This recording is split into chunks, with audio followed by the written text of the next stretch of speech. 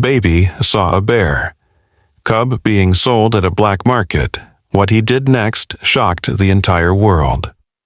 The morning mist hung heavy over the narrow alleyways of the old market district, where shadows seemed to whisper secrets that most people pretended not to hear. Jessica Brooks pulled her jacket tighter around her 18-month-old son, trying to shield him from the dampness that crept through the maze of vendor stalls. She hadn't meant to wander this far from the main street, but little Tommy had dropped his favorite toy car somewhere between the fruit vendors and the antique sellers, and now they found themselves in a part of the market she'd never seen before. The air smelled different here, thick with something wild and unfamiliar that made her nose wrinkle. Tommy squirmed in her arms, his chubby fingers pointing at something she couldn't quite see through the crowd of rough-looking men gathered around a makeshift wooden platform. The sounds were what caught her attention first. Not the usual market chatter of haggling and laughter, but something lower, more primal. A soft whimpering that didn't belong among the crates of vegetables and hanging fabrics. Jessica moved closer, despite every instinct telling her to turn around and leave. Tommy's weight in her arms felt heavier with each step, as if he too sensed something wasn't right about this corner of the market.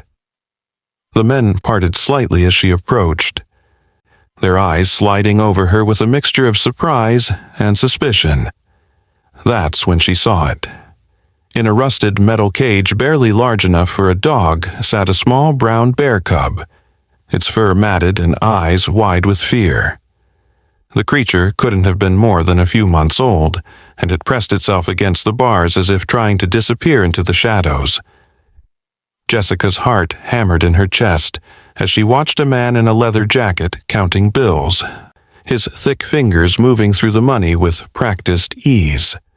The price being discussed made her stomach turn. $20,000 for a living creature that should have been with its mother in the wilderness, learning to fish in streams and climb trees. She knew she should leave, should take Tommy and run back to the safety of the main market, but her feet seemed rooted to the spot. Tommy made a soft cooing sound, the same noise he made when he saw the neighbor's cat, and suddenly every eye in that dark corner turned toward them. The man with the money paused mid-count, his gaze sharp and calculating as it moved from Jessica to the baby in her arms. "You lost, lady?" The seller's voice was gravelly, like stones grinding together. He stepped closer, and Jessica could smell cigarette smoke and something else, something chemical and wrong. She opened her mouth to speak, to make some excuse about looking for the bathroom, but Tommy beat her to it. Her son, who had barely started forming proper words, looked directly at the caged cub and said with perfect clarity, "Help." The word hung in the air like a challenge, and Jessica felt the atmosphere shift around them. The men exchanged glances, some amused, others wary. The seller laughed, but it was a sound without humor, sharp and cutting like broken glass. Before Jessica could react, Tommy wiggled free from her arms with surprising strength. She lunged for him, but he was already toddling toward the cage with determination she'd never seen in him before. His little hands reached through the bars, and the bear cub, instead of backing away, pressed its nose against Tommy's palm. The touch lasted only a second, but something passed between them, something that made the hair on Jessica's arms stand up. The cub made a sound, not quite a growl, not quite a purr, but something in between that seemed to speak directly to Tommy's heart. Her son turned back to look at her, and in his eyes she saw something that shouldn't have been there. Understanding, purpose, a wisdom far beyond his 18 months. The seller moved to grab Tommy, his large hand reaching for the toddler's shoulder, but Jessica was faster. She scooped her son up and backed away, her maternal instincts overriding her fear. "We're leaving," she said, her voice steadier than she felt. But Tommy wasn't done. He pointed at the cage again and spoke, his baby voice carrying an authority that made everyone pause. Wrong he said, then louder. Wrong, wrong, wrong. His cries grew louder with each repetition, and other market-goers began to notice the commotion. People started gathering, drawn by the sound of a distressed child, and the sellers began to look nervous. Jessica saw her chance and took it. She pulled out her phone, pretending to comfort Tommy while actually hitting record. The camera captured everything. The cage, the money changing hands, the faces of the men involved. Tommy continued his protest, his cries now mixed with words she didn't know he knew. Home, he said, pointing at the cub. Mama, Forrest, home. Each word was punctuated by tears that seemed too genuine, too deep for a child his age. The crowd grew larger, and with it came questions. What was in the cage? Why was the baby crying? What were these men selling? The situation spiraled quickly out of the seller's control. Someone else pulled out a phone, then another. The man with the money tried to complete the transaction quickly, shoving bills at the seller, but it was too late. A woman in the crowd gasped when she saw the bear cub, and her shock rippled through the gathered people like a wave. "That's illegal," someone shouted. "Call the police," another voice added. The sellers tried to cover the cage, to move it away from prying eyes, but the crowd had formed a circle now, trapping them in their own makeshift marketplace of shame. Tommy's reaction intensified. He reached for the cage with both arms, his entire body straining toward the cub as if pulled by an invisible thread. When Jessica tried to carry him away from the scene, he did something that would haunt her dreams for months to come. He looked directly into her eyes and spoke in a voice that wasn't quite his own. "If we don't help, who will?" The words were clear, articulate, impossible for a child who still struggled with basic sentences. But there they were, hanging between them like a bridge between two worlds. The innocent world of childhood and the harsh reality of human cruelty. The police arrived within minutes, though it felt like hours. Jessica watched from a safe distance as officers approached the sellers, their hands moving to their weapons as a precaution. The man with the money tried to run, but didn't get far. The crowd had become a living barrier. Ordinary people united by a child's distress and their own sense of right and wrong.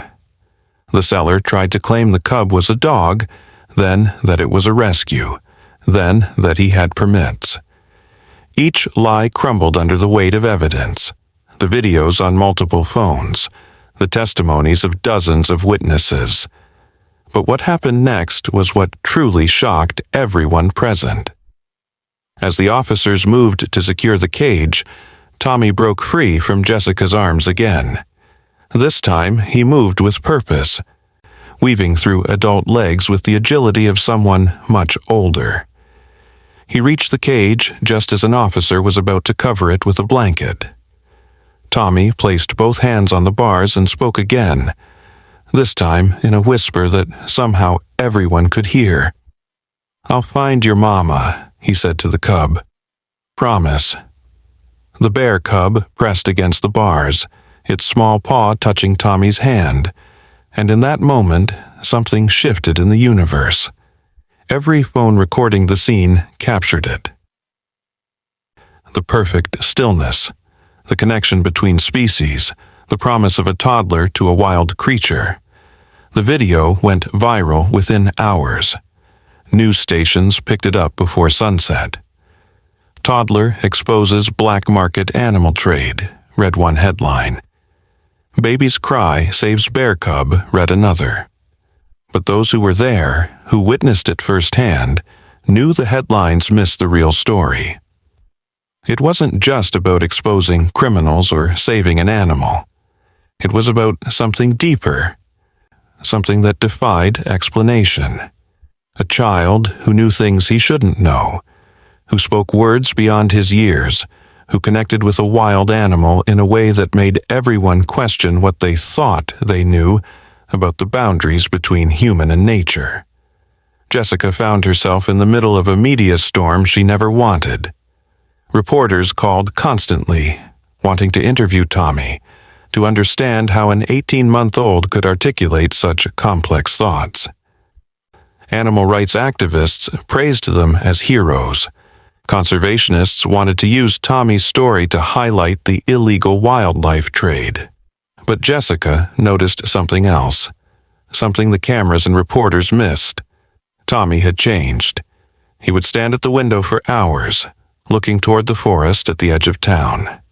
He drew pictures, crude toddler scrawls that somehow perfectly captured the shape of mountains he'd never seen, rivers he'd never crossed. The authorities managed to trace the bear cub's origins to a nature reserve 200 miles away. The mother bear had been spotted searching frantically for weeks, refusing to leave the area where her cub had disappeared. The reunion was set to be filmed, a feel-good ending to a dark story. But Tommy insisted on being there. Not with words, but with actions. He would pack his little backpack with snacks, put on his shoes, and wait by the door. He did this every day until Jessica finally understood. This wasn't over. The promise he'd made wasn't complete. The drive to the reserve took 4 hours. Tommy sat quietly the entire time, unusual for a toddler on a long car journey. He didn't ask for snacks, didn't complain about being strapped in his car seat, didn't need entertainment. He just watched out the window as the city gave way to suburbs, then farmland, then forest. When they arrived, a small crowd had gathered. Wildlife officials, veterinarians, a few reporters who had gotten wind of the reunion. The cub was in a special transport cage, healthier, looking after days of proper care, but still small, still vulnerable. They released the cub at the edge of a clearing where motion sensor cameras had last captured the mother bear. Everyone expected the cub to run immediately into the forest, but it didn't. It sat at the edge of the cage, looking back at the humans, specifically at Tommy. Jessica held her son at a safe distance, but Tommy reached out his arms toward the cub. "Go home," he said softly. "Mama waiting."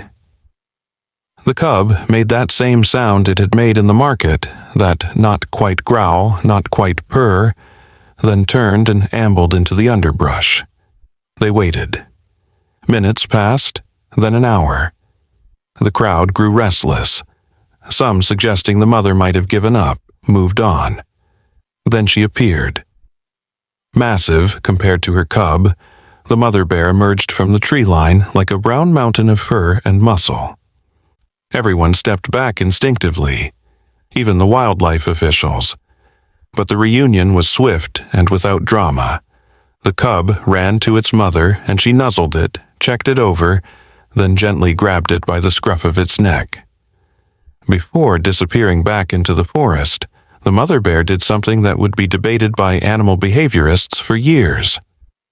She turned and looked directly at Tommy, held his gaze for several long seconds, then dipped her head in what looked remarkably like a nod of acknowledgement. Tommy waved goodbye, a normal toddler wave that somehow carried the weight of an ending and a beginning. As they drove home, Jessica noticed her son had finally fallen asleep, his face peaceful in a way it hadn't been since that day in the market. But his sleep-talking revealed dreams full of forests and streams, of cubs learning to fish, of mothers teaching their young which berries were safe to eat. She realized then that something had awakened in her child, something ancient and precious that most humans had forgotten. The ability to see beyond the boundaries we build between ourselves and the wild world. The story should have ended there, with a rescued cub returned to its mother, justice served to criminals, and a family returning to normal life. But normal had shifted its definition. Tommy continued to surprise everyone around him. At the playground, he would comfort crying children with words too wise for his age. At the zoo, animals would gather at the glass when he approached, pressing close as if drawn by some invisible magnetism. Dogs that barked at everyone else would roll over for belly rubs when Tommy toddled near.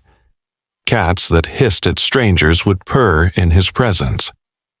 Jessica started keeping a journal, documenting the strange things Tommy said and did. "Birds sad today," he would announce, and later they'd learn about an oil spill affecting seabird populations. "Trees crying," he'd say, and the next day news would break about illegal logging in a protected forest. It was as if that moment of connection with the bear cub had opened a channel in Tommy's consciousness, tuning him into frequencies most humans couldn't hear. Child development experts who examined him found nothing unusual in his brain scans or psychological evaluations. Physically and mentally, he was a normal, healthy toddler. But something in his spirit had evolved, transcended the ordinary boundaries of human perception. The black market sellers were prosecuted and imprisoned, their network exposed and dismantled.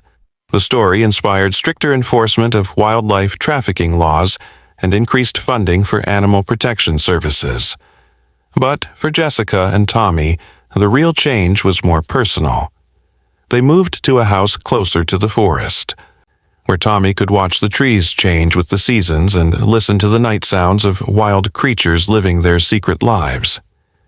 Jessica learned to trust her son's unusual insights, to pay attention when he said something was wrong, even when she couldn't see it herself. One evening, almost a year after the market incident, Tommy was playing in the backyard when he suddenly stood still, his head tilted as if listening to something. Jessica watched from the kitchen window as her son walked to the fence that bordered the forest. There, barely visible in the fading light, stood a bear.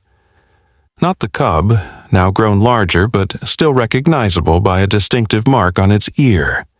It stood on its hind legs, looking at Tommy, and her son raised his small hand in greeting. They stayed that way for a moment, boy and bear, connected across species and fence lines by something deeper than words. "Friend," Tommy said when he came back inside. "Friend came to say thank you." Jessica didn't question it. She'd learned that Tommy's world was larger than the one most people inhabited, filled with connections and communications that defied scientific explanation. The bear visits became occasional events, always at dusk, always brief, always peaceful. Tommy would tell his mother what the bear shared: stories of the forest, warnings about coming storms, celebrations of new cubs born in distant dens. It was impossible, of course. Bears don't communicate complex information to human toddlers. But impossibility had become just another word in their household, like breakfast or bedtime, routine and unremarkable. The media attention eventually died down, as it always does, moving on to newer stories, fresher outrages. But in conservation circles, Tommy's story became legend. The toddler who exposed a crime ring, who spoke for those who couldn't speak, who bridged the gap between human and wild. Universities studied the videos, analyzing Tommy's behavior, trying to understand what had happened in that market. Some called it coincidence. Others suggested supernatural intervention. A few proposed that Tommy represented an evolutionary leap, a new kind of human consciousness emerging in response to environmental crisis. Jessica knew the truth was simpler and more complex than any of these theories. Her son had recognized suffering and responded with compassion. That compassion had opened doors in his perception that most people kept locked. He saw the world not as separate categories of human and animal, civilized and wild, but as one interconnected web of life, each strand affecting all the others. It was a gift and a burden, this expanded awareness. Sometimes Tommy would cry for reasons Jessica couldn't understand, grieving losses happening hundreds of miles away. Other times, he would laugh with pure joy at migrations and births, celebrations of life continuing despite all obstacles. As Tommy grew, his vocabulary expanded, but his message remained consistent. We are all connected. Every action ripples outward. Kindness transcends species. These weren't lessons he'd been taught, but truths he seemed to have always known, awakened by that moment of contact with a frightened cub in a cage. Teachers noticed his unusual empathy, his ability to calm aggressive children, his insistence on releasing classroom insects outside instead of killing them. He wasn't perfect, still threw tantrums over bedtime and vegetables like any child. But there was something different about him, something that made both children and adults pause and reconsider their assumptions about the world. The bear cub, now fully grown, eventually stopped visiting.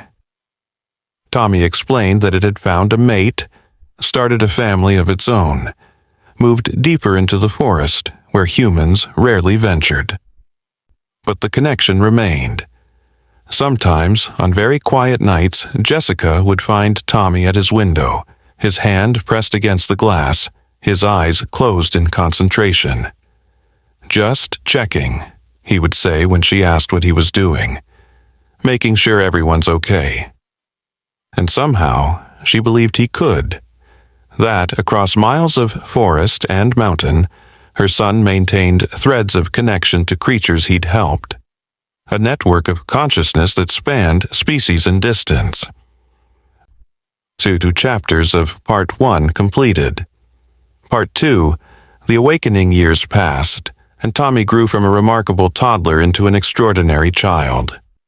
Now, 7 years old, he attended regular school, but nothing about him was regular. His teachers often found him during recess, sitting quietly by the fence, surrounded by birds that seemed to have no fear of him. He would whisper to them in a language that wasn't quite words, more like musical notes strung together in patterns that made the birds tilt their heads and chirp back responses. The other children had learned to bring him injured insects they found, watching in wonder as Tommy would cup them gently in his hands, and somehow, impossibly, they would fly away minutes later, restored.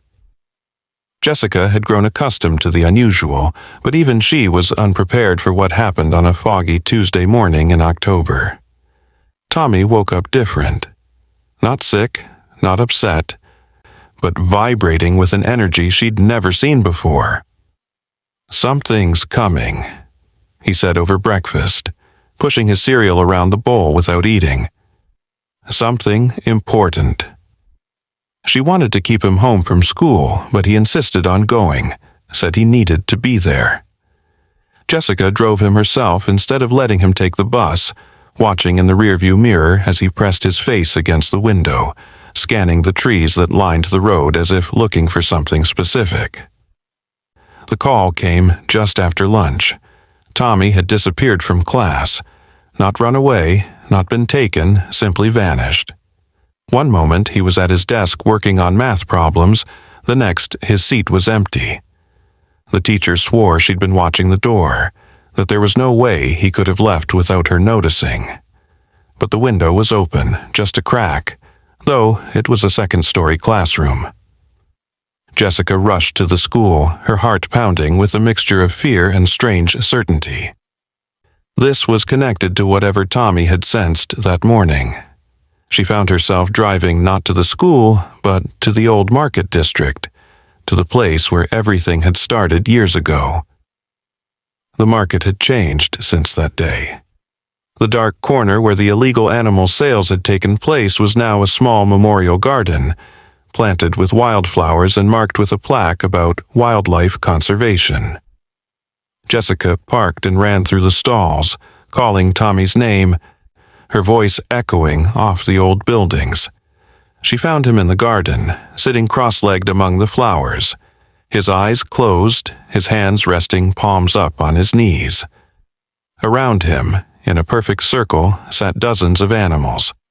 Cats, dogs, several raccoons, a fox that should have been terrified of the dogs, and countless birds perched on the fence and ground. They all faced Tommy, silent and still, as if waiting.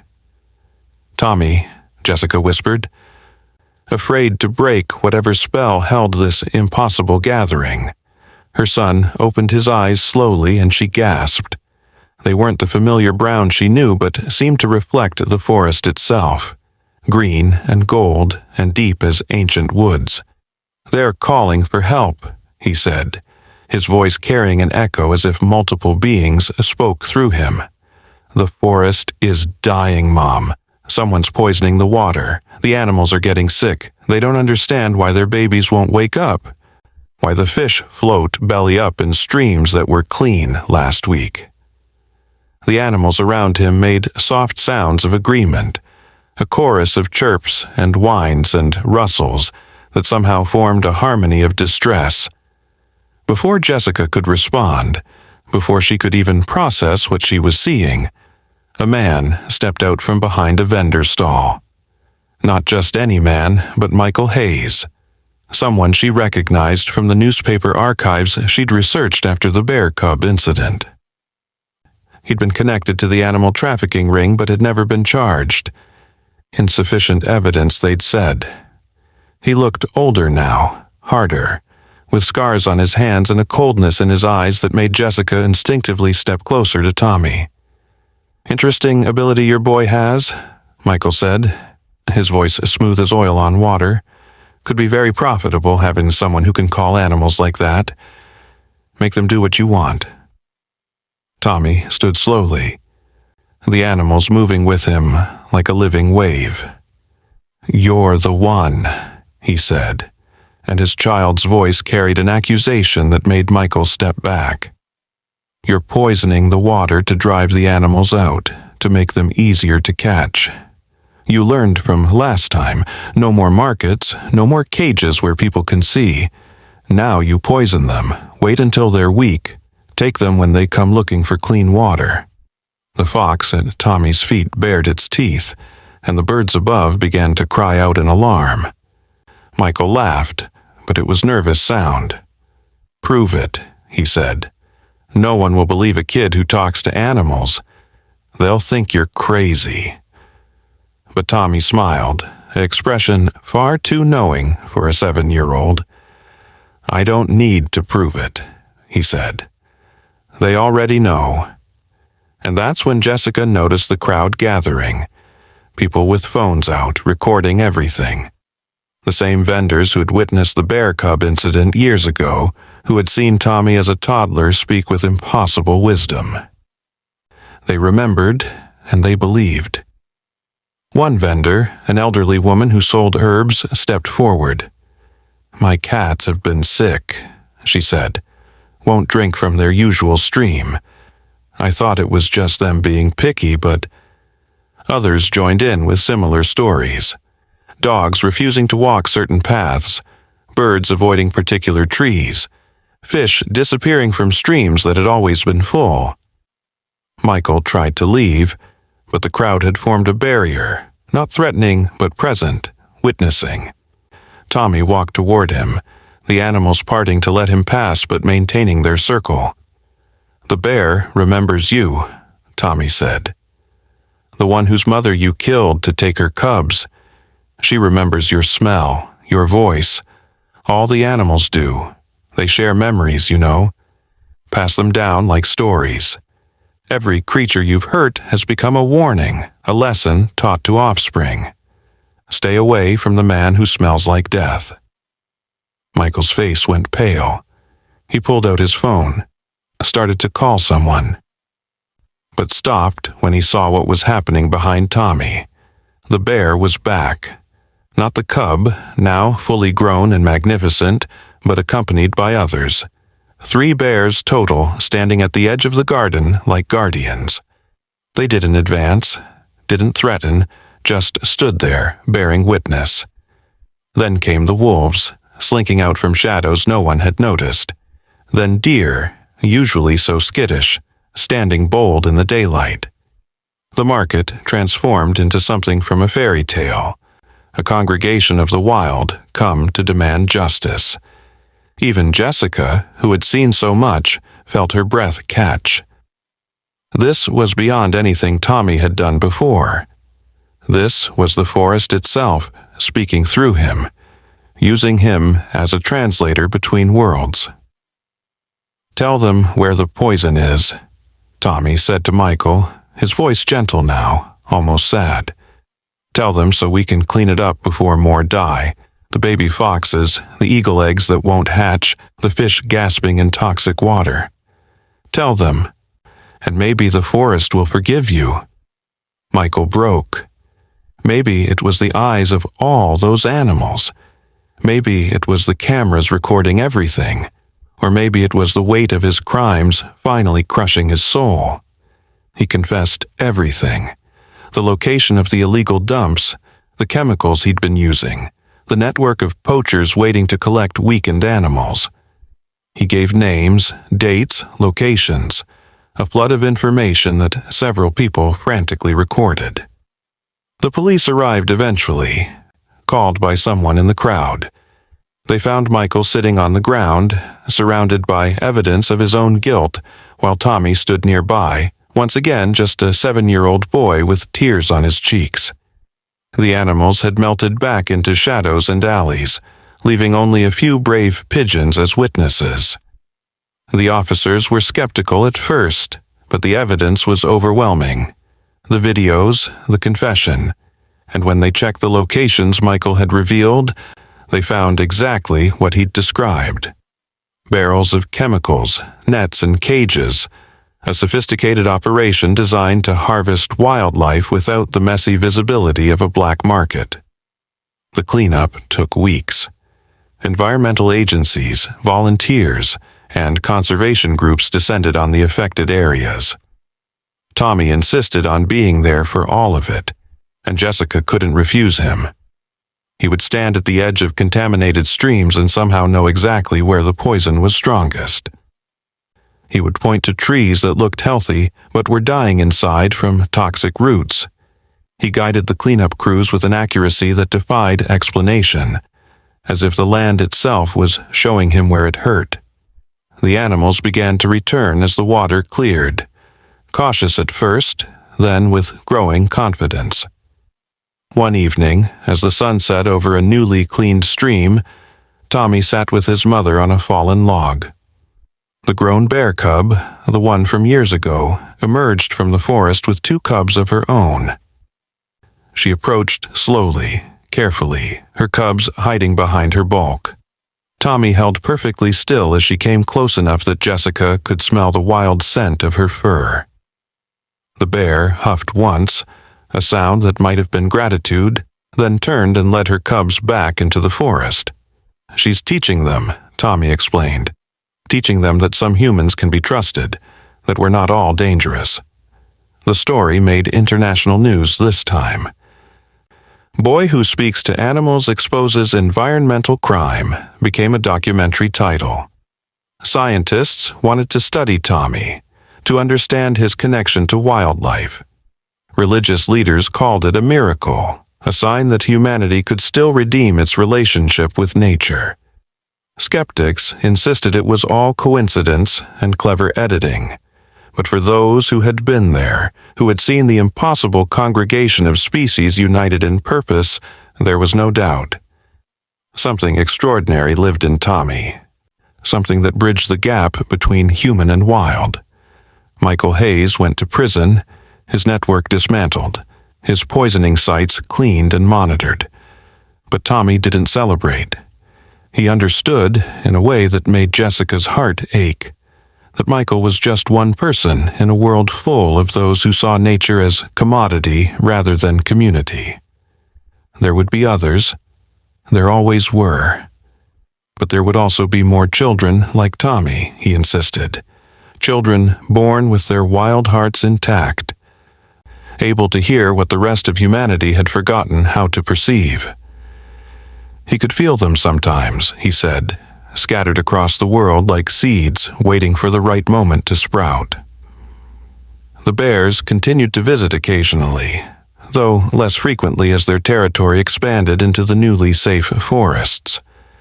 Tommy would know they were coming hours before they appeared, would wait by the window with a patience that seemed infinite. He drew pictures of their lives, scenes he couldn't possibly have witnessed. Cubs learning to fish, mothers teaching them which plants healed and which harmed, the complex social structure of creatures most people saw as simple beasts. His teachers stopped trying to correct his essays about animal behavior. Too often, scientific studies would later confirm what Tommy had written, observations that challenged established understanding of wildlife cognition and communication. Jessica found herself changing too, infected by her son's expanding awareness. She noticed things she'd previously ignored: the way birds announced weather changes, how trees communicated through underground networks, the complex negotiations between species sharing the same territory. She started a blog, documenting Tommy's insights and her own growing understanding. It gained a following among environmentalists and parents of children who showed similar sensitivities. They formed a quiet network, sharing stories of kids who knew when earthquakes were coming because the animals told them, who could find lost pets by asking their friends, who cried when forests burned thousands of miles away. Tommy's abilities evolved as he grew. By age 8, he could not only communicate with animals but seemed to understand plants as well. He would touch a sick tree and know if it was disease or drought, insects or poison. Farmers started bringing him soil samples, and he would hold them and describe what grew there, what had died, what the land needed to heal. It was impossible, they said, but the results were undeniable. Gardens, he advised, flourished. Orchards he visited produced fruit sweeter than any in memory.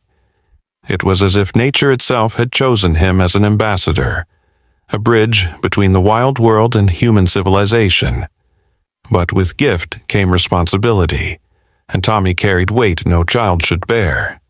He felt every oil spill, every forest fire, every species edging toward extinction. Jessica would find him crying in his sleep, mumbling apologies to creatures she couldn't see. He drew pictures of animals she didn't recognize, and when she researched them, she discovered they were species that had gone extinct years before he was born. They visit sometimes, he explained. In dreams, they want to be remembered. She started keeping his drawings in special folders, an archive of the lost, testimony to what the world had sacrificed for progress. School became increasingly difficult. Not academically, Tommy excelled at subjects he cared about, but socially. Other children didn't understand why he insisted on moving worms off the sidewalk after rain, why he wouldn't kill flies, why he got upset when they talked about hunting or fishing. Some called him weird, others were frightened by his intensity. But a few were drawn to him, children who also felt things deeply, who sensed there was more to the world than what adults acknowledged. They formed a small group, meeting after school to share stories of strange encounters and inexplicable knowings.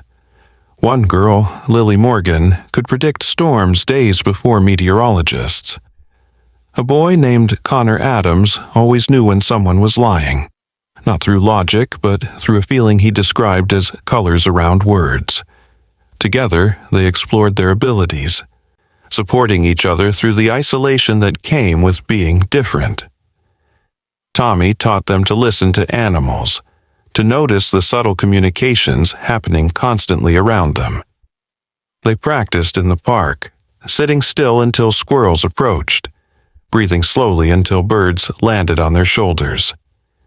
It wasn't magic, Tommy insisted, just remembering what humans had forgotten.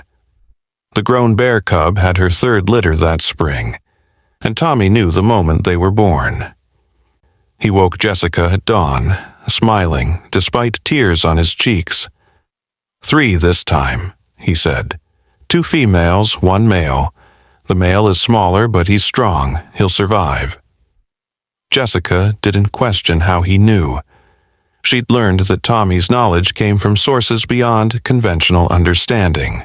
Sure enough, weeks later, trail cameras captured the mother bear with 3 cubs, exactly as Tommy had described. The smallest male was indeed thriving, keeping up with his larger sisters despite his size. That summer brought the worst wildfire season in decades. Tommy felt them all, each tree screaming as it burned, each animal fleeing in terror or trapped in flames.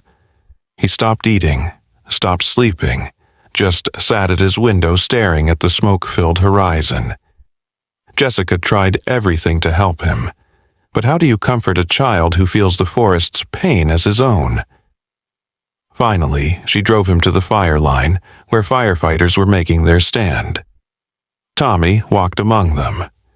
A small figure in a too large helmet someone had given him, and somehow his presence gave them hope. He pointed to where the wind would shift, where animals were trapped, where the fire would jump the brake. He was always right. When the fires were finally contained, Tommy slept for 3 days straight. Jessica stayed by his bed, watching her son's face twitch with dreams she could only imagine. He woke on the third evening, looked at her with eyes older than his years, and said, "The forest will come back. It always does. Fire is part of the cycle. The seeds are already sprouting in the ash." She held him while he cried for everything lost and everything that would grow again. It was then she realized that Tommy's gift wasn't just communication with nature. It was carrying nature's memory, its grief and joy, its endless cycle of death and renewal. The bear visits stopped that autumn. Tommy explained that the mother had led her family deeper into the mountains, away from the encroaching human development. "She says goodbye," he told Jessica one evening. "And thank you. Her cubs will remember us. They'll teach their cubs about the humans who helped, who cleaned the water and protected the forest. We're part of their story now, forever."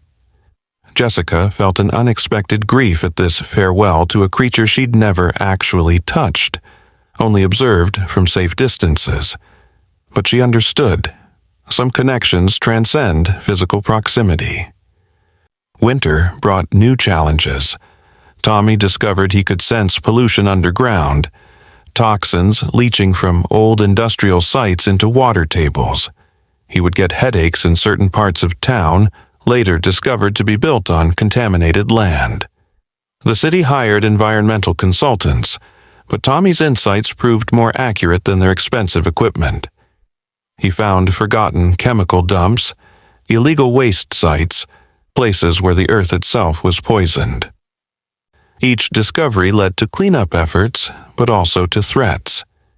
People who profited from hiding environmental crimes didn't appreciate a child who could expose their secrets with a touch. Jessica started receiving anonymous calls, warnings to keep Tommy quiet. She reported them to police. But what could they do about voices with no names, threats with no specific content? She hired a security system, varied their routes to school, taught Tommy to be aware of strangers. But he seemed unconcerned. "The animals watch," he said simply. "They tell me if someone dangerous comes near." And indeed, there were incidents. A man following them was chased off by a pack of stray dogs that appeared from nowhere. A woman trying to photograph Tommy through the school fence was dive-bombed by crows until she fled. The network of gifted children grew. Parents found each other through Jessica's blog, through whispered conversations at environmental rallies, through children who insisted they had friends far away who understood them. They started meeting virtually, children from around the world sharing their experiences. A boy in India who could heal sick elephants with his songs.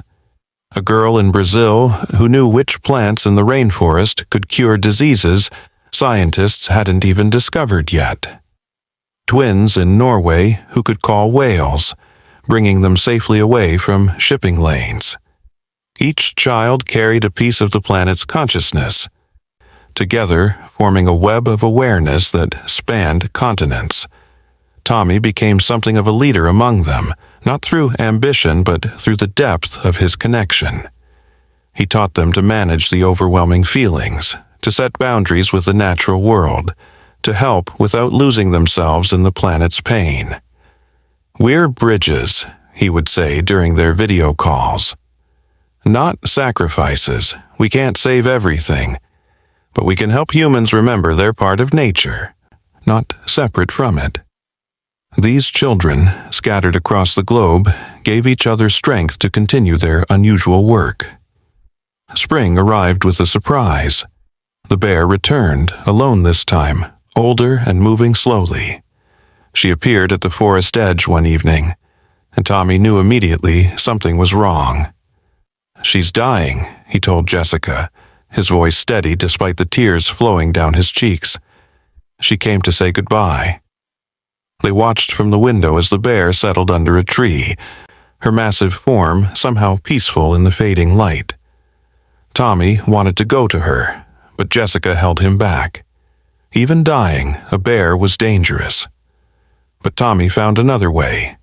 He sat at the window and sang. Not words, but sounds that seemed to come from somewhere deeper than his throat. A lullaby for a dying friend, a thank you for years of connection, a promise that her cubs would be watched over. The bear lifted her head once, looked directly at Tommy through the glass, then lowered it again. She died as the last light left the sky, peacefully, surrounded by the forest she'd called home. Tommy cried himself to sleep that night, but in the morning, he drew a picture of the bear surrounded by light, moving toward others of her kind who had gone before. The Forest Service removed the bear's body, but Tommy insisted on being there. He stood silent as they loaded her into their truck, then placed his hand on her still fur. "Your cubs are strong," he whispered. "Your grand cubs will inherit a cleaner forest. You did good." The rangers, hardened by years of wildlife management, found themselves wiping away tears. There was something about the boy's solemnity, his grave respect for the departed creature, that moved them beyond professional detachment. They promised to have her cremated, not studied, and to scatter her ashes in the deep forest where her cubs now lived. That evening, animals gathered in Jessica's backyard. Not the dramatic congregation of the market incident, but a quiet assembly of local creatures. Raccoons, possums, cats, and countless birds sat in silent vigil. They stayed until midnight, then dispersed as quietly as they'd come. Tommy watched from his window, drawing the scene in careful detail. "They're mourning, too," he explained. "She was important, a matriarch. Her death changes things in the forest. The younger bears will have to find their own way now." The documentary about Tommy premiered that summer. Jessica had agreed to it reluctantly, hoping it would help people understand children like her son, maybe make the world safer for them. The filmmakers had followed them for a year, capturing Tommy's interactions with animals, his environmental discoveries, his struggles with being different. The film was honest about the cost of his gift, the sleepless nights, the overwhelming empathy, the isolation from normal childhood. But it also showed the hope he represented, the possibility of humans reconnecting with the natural world before it was too late. The response was mixed. Scientists demanded to study Tommy, offering grants and promising non-invasive research. Religious groups claimed him as everything from a prophet to a demon. Environmental organizations wanted him as a spokesperson, but Tommy refused them all. "I'm just a kid," he said at the one press conference Jessica allowed. "There are lots of us all over the world. We're trying to help, but we need adults to listen. Not to us, but to the earth. It's been talking all along, we just help translate." His simple words did more than any speech could have. Donations to environmental causes spiked. Parents reported their children showing more interest in nature. Teachers started incorporating outdoor education into their curricula. But fame brought danger. The threats intensified. People who profited from environmental destruction saw Tommy as a threat to their livelihoods. One night, someone tried to burn down their house. Tommy woke the family moments before the smoke alarms, saying the mice in the walls had warned him. They escaped unharmed, but the message was clear. They couldn't stay.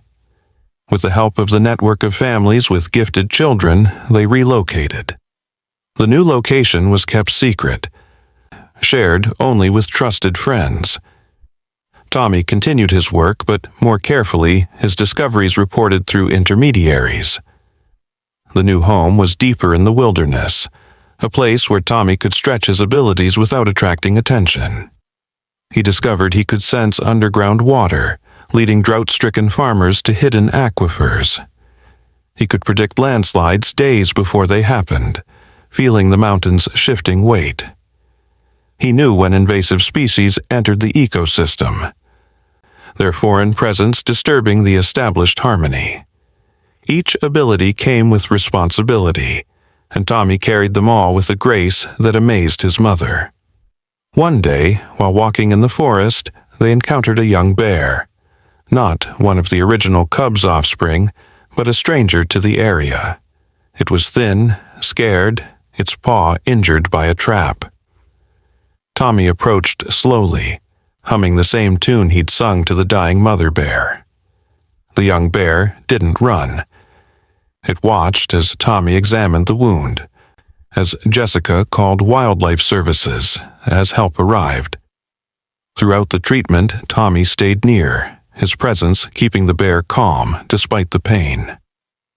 The veterinarian said it was impossible, that no wild bear would tolerate such handling without sedation. But Tommy just smiled and kept humming. The bear recovered and was released far from human settlement. But a week later it returned, not to their house but to the forest edge, visible from Tommy's window. It would appear periodically, always at a distance, always brief. "He's checking in," Tommy explained, "making sure we're still here, still friends. He'll teach his cubs about us someday, about the humans who helped." The story continues.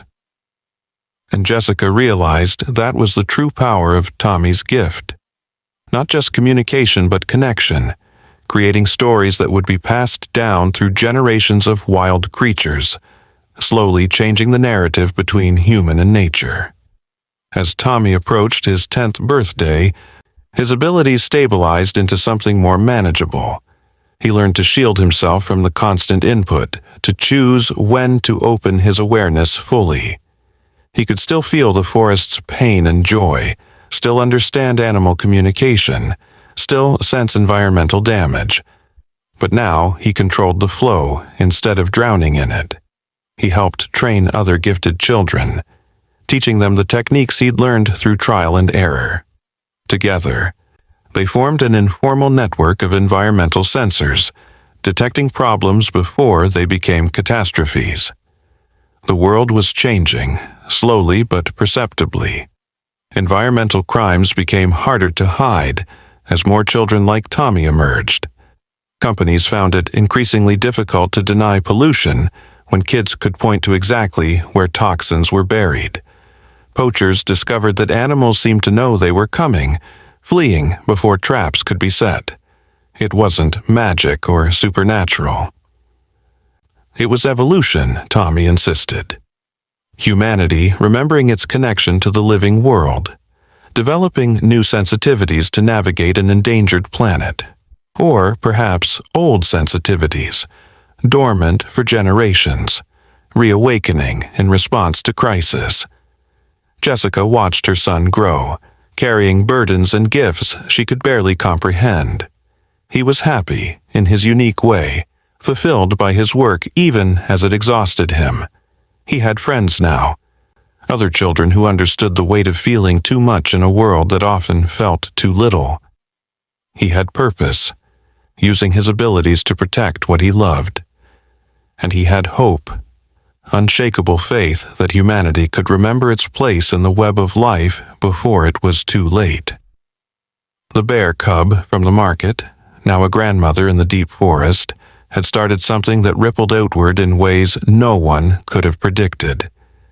Sometimes, late at night, Jessica would find Tommy at his window, hand pressed against the glass, eyes closed in concentration. "What do you see?" she would ask. And he would smile, that wise smile that had first appeared when he was just 18 months old, and say, "Everything talking to everything else, the whole world singing together. And we're part of the song, Mom. We always have been. We just forgot how to hear it."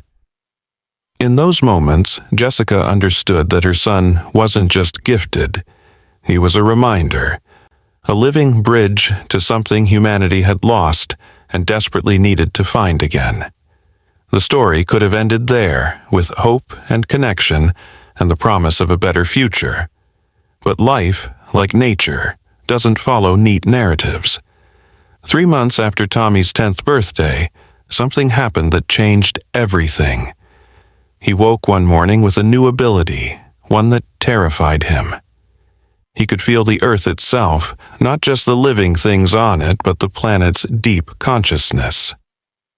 And what he felt was urgency, a massive change coming that would test every connection he'd built, every lesson he'd learned. The animals knew it too. They were migrating in patterns that made no sense, gathering in places they'd never gathered before. "Something's coming," Tommy told his mother, the same words he'd used that day he'd disappeared from school. But this time, his voice carried a weight that made Jessica's blood run cold. "Something big, and we need to be ready." The network of gifted children felt it too, each in their own way. The girl who predicted storms sensed a disturbance in weather patterns unlike anything she'd experienced. The boy who heard lies said the earth itself was hiding something, keeping a secret that would soon be revealed. They met virtually, these scattered children, and shared their unease. Whatever was coming, they would face it together. The signs intensified over the following weeks. Birds flew in formations that spelled out warnings in a language only Tommy could read. Wolves howled messages across mountain ranges, relaying information in their ancient network. Even domestic animals grew restless. Dogs refusing walks in certain directions. Cats staring at walls as if seeing through them to something beyond. Tommy drew constantly, filling notebook after notebook with images he couldn't fully understand. Maps of underground rivers, diagrams of magnetic fields, pictures of animals he'd never seen behaving in ways that defied their nature. Then came the earthquake. Not the big one Tommy had been sensing, but a precursor, a warning shot from the depths. It was minor by most standards, barely making the news, but Tommy felt it differently. He felt the Earth's pain, ancient fault lines grinding against each other, pressure building that had been accumulating for centuries. "It's not just one," he said, his face pale with the effort of processing what he was sensing. "It's a chain reaction. One will trigger another, then another. The animals know. They're trying to tell us, but nobody's listening except us." The network went into action. Children across the world began reporting their observations to anyone who would listen. The boy in Japan whose grandfather had survived tsunamis taught him to read the signs. The water was pulling back in ways that preceded not a normal wave, but something massive. The girl in California noticed all the snakes leaving the desert, heading for higher ground. The twins in Alaska reported whales changing their migration routes, avoiding waters they'd traveled for generations. Each piece of information alone meant little, but together they painted a picture of impending catastrophe. Tommy knew they had to do more than warn. They had to guide. He worked with the network to create maps, not of safe zones, but of animal movements. "Follow the animals," became their message. "They know where to go." It sounded insane to scientists and emergency managers, but some listened. Small towns in the predicted danger zones began quiet evacuations, following the exodus of wildlife.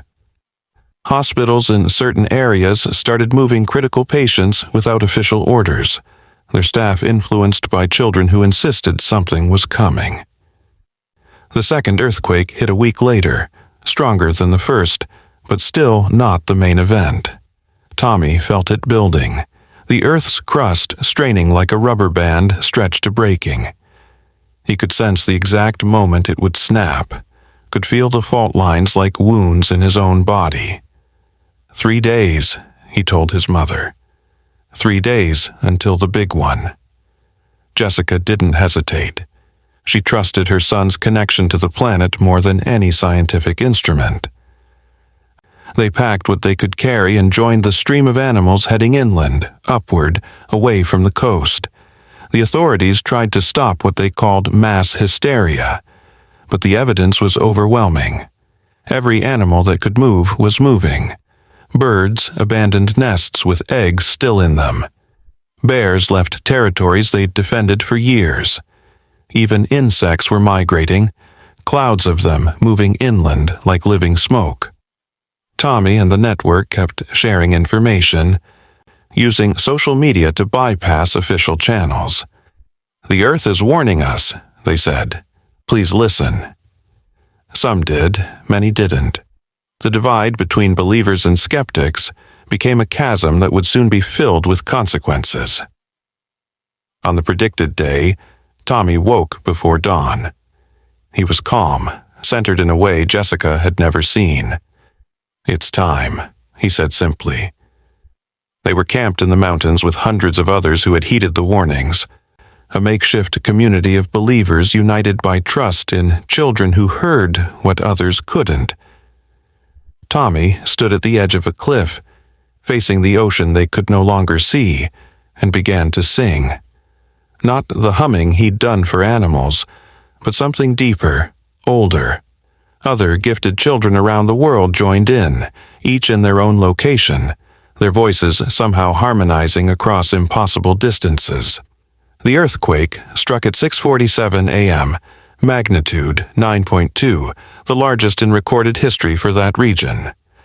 The ground rippled like water, mountains shifted, cities crumbled. But in the camps where people had followed the animals, where children had guided evacuations, there was fear but not panic. They were far enough inland, high enough above sea level, positioned in places the Earth itself had suggested through its creatures.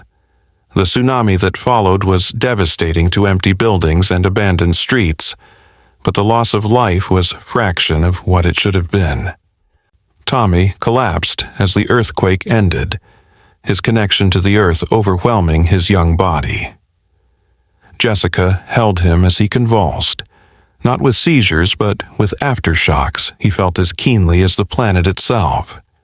When he finally stilled, his eyes were different, older, deeper, carrying knowledge that belonged to the Earth itself. "It's not over," he whispered, "but we showed them. We showed them that listening to the Earth could save them. Maybe now they'll pay attention."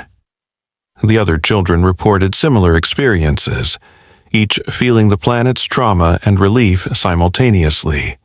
The aftermath changed everything. The footage of animals evacuating before the earthquake, the testimony of families who survived by following wildlife, the network of children who had predicted what seismologists had missed. It all combined to shift global consciousness. Governments began consulting with gifted children, creating early warning systems based on animal behavior. Environmental protection became a priority not just for moral reasons but for survival. The connection between planetary health and human safety became undeniable. Tommy recovered slowly. The earthquake had changed him, deepened his connection to the point where he could feel tectonic plates shifting on the other side of the world. It was too much for a 10-year-old body to bear. Doctors wanted to medicate him, to dull the sensitivity. But Tommy refused. "If I stop feeling," he said, "I stop helping." So Jessica found other ways. Meditation, grounding exercises, time in nature to discharge the excess energy. The grown bear cub's descendants would visit, their presence calming Tommy in ways nothing else could. A year passed. The world rebuilt, but differently. Cities were redesigned with animal corridors, spaces for wildlife to pass through and, if necessary, escape through. Children like Tommy were no longer curiosities but resources, their insights integrated into disaster planning and environmental policy. The network grew from dozens to hundreds, gifted children emerging from every culture, each bringing their own understanding of the natural world. They met in person for the first time at a gathering in Costa Rica, a conference that was part science, part ceremony, part celebration of the bridge they represented. Tommy stood before the assembled children, no longer the small boy who had saved a bear cub, but still carrying that initial spark of pure compassion. "We're not special," he said, his voice carrying to every corner of the outdoor amphitheater. "We're just remembering what everyone used to know. The earth speaks. Animals communicate. Plants have wisdom. Water holds memory. We're not discovering something new.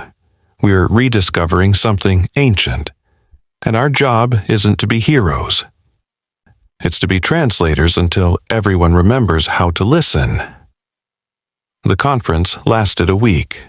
Children shared techniques, compared experiences, strengthened their network. They laughed at the similarities in their stories, the way animals had chosen them as ambassadors.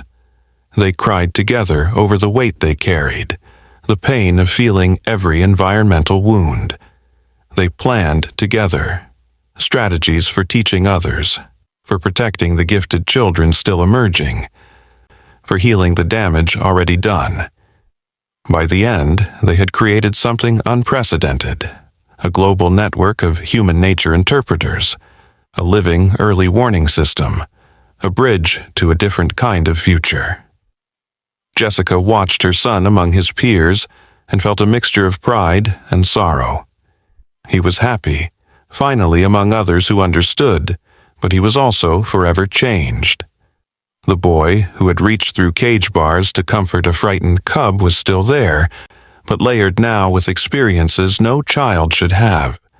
He carried scars from feeling the earth break, from experiencing the death of forests, from knowing what was coming before it arrived. But he also carried hope, unshakable belief that humanity could change, was changing, had already begun to change. The bears still visited. Different generations now, but carrying the same genetic memory of kindness received and returned. Tommy would sit with them in silent communion, no longer needing words or even gestures to communicate. They shared something deeper, a recognition of kinship that transcended species. Sometimes Jessica would find him sleeping outside, surrounded by wild creatures that should have feared humans, but instead stood guard over this boy who spoke their language. One evening, as sunset painted the mountains gold, Tommy sat with his mother on their porch. A fox played with her kits in the yard, completely unafraid. Birds settled for the night in nearby trees, their evening songs a symphony of safety. "Do you ever wish," Jessica asked carefully, "that you were just a normal kid?" Tommy considered the question, his hand absently stroking a cat that had appeared from nowhere to curl in his lap. "Normal is just what we're used to," he said finally. "Maybe this is the new normal. Maybe it's the old normal we're returning to. Either way, I wouldn't change it. Every hard part is worth it for moments like this." A bear appeared at the forest edge, not approaching but acknowledging. Tommy raised his hand in greeting, and the bear dipped its head before melting back into the shadows. "See?" Tommy said, smiling. "We're all connected. Every action creates ripples. That day in the market, when I touched that scared cub, it created ripples that are still spreading. Good ripples, healing ripples. That's all any of us can do. Create good ripples and trust they'll spread farther than we can see. The world was still broken in many ways. Climate change accelerated. Species continued to go extinct. Humans still prioritized profit over preservation. But something had shifted. The children, like Tommy, were proof that evolution wasn't just about physical adaptation, but consciousness expansion. They were humanity's sensory organs, feeling what others couldn't, warning of dangers, guiding toward harmony. Each gifted child was a note in a larger symphony, a song of reconnection between human and nature. Tommy grew into his gift, learning to manage the overwhelming input, to channel the information in useful ways. He helped design wildlife corridors that actually worked because he knew how animals thought. He predicted volcanic eruptions by feeling the Earth's digestive distress. He mediated between humans and wildlife in conflict zones, translating needs and fears in both directions. He became not famous but essential, a quiet force for healing in a wounded world. The market where it all began was now a proper memorial garden, with the statue of a child's hand reaching through bars to touch a bear's paw. People brought their children there to tell the story of the boy who heard what animals were saying, and the cub whose capture changed the world.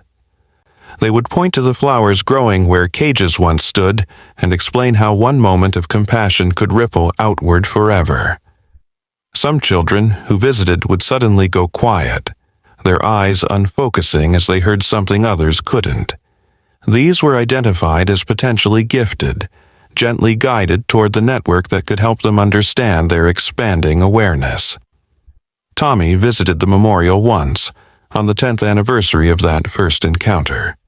He was 17 now, tall and quiet, carrying himself with the gravity of someone who had felt the earth break and heal in endless cycles. He touched the statue and remembered being small, frightened, but absolutely certain that the cub needed help. "Thank you," he whispered to the memory of that frightened animal. "Thank you for waking me up."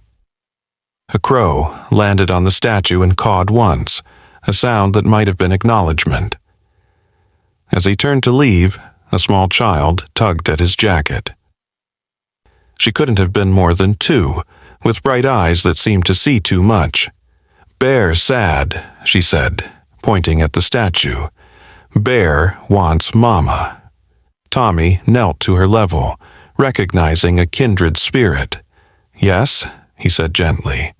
The bear was sad, but people helped.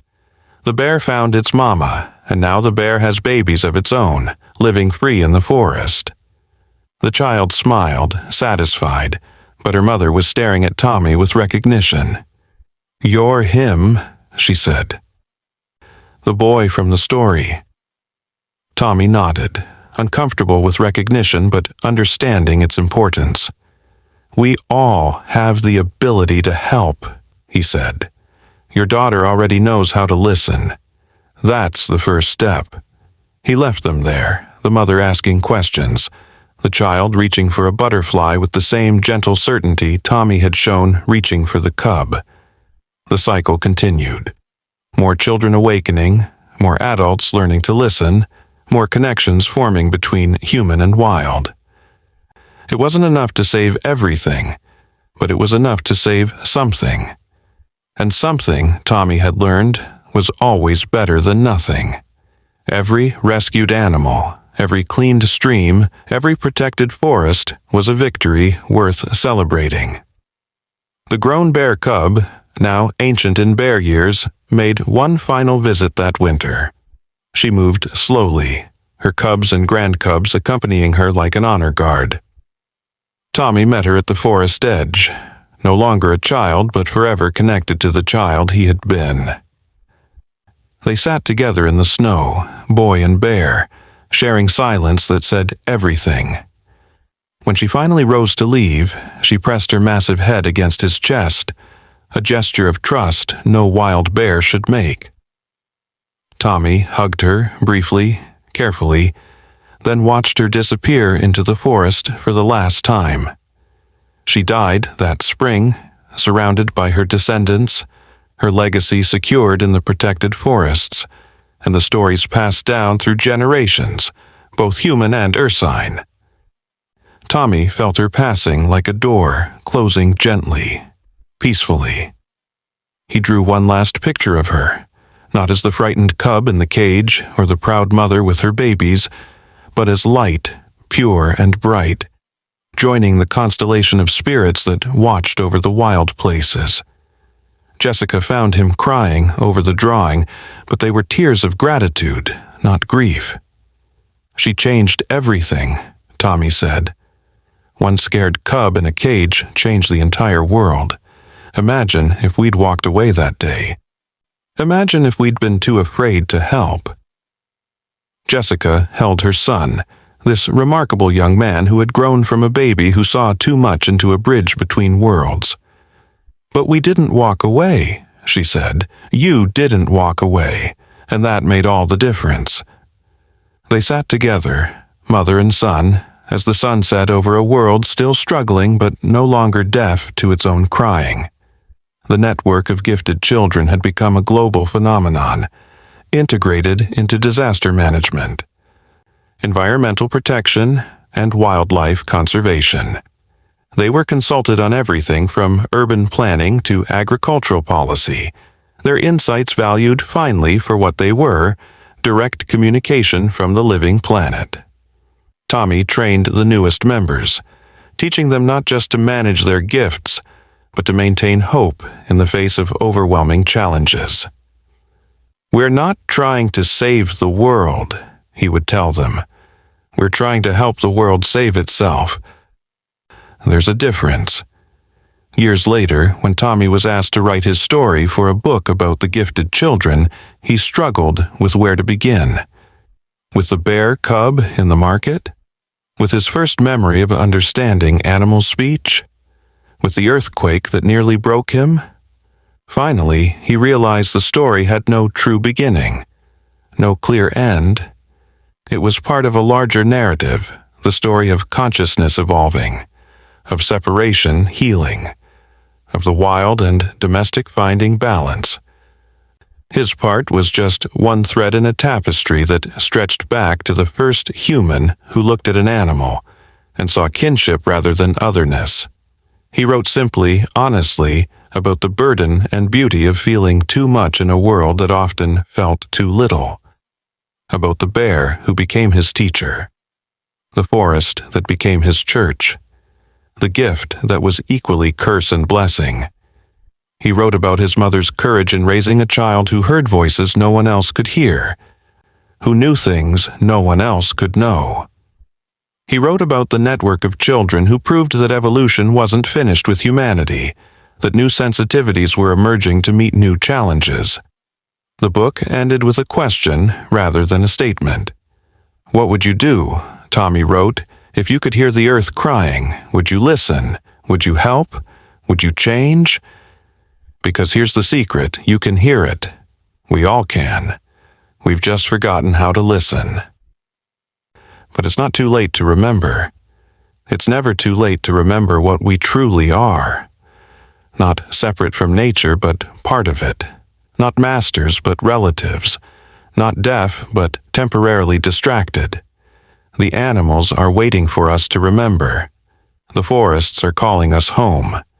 The question isn't whether we have the ability to hear them.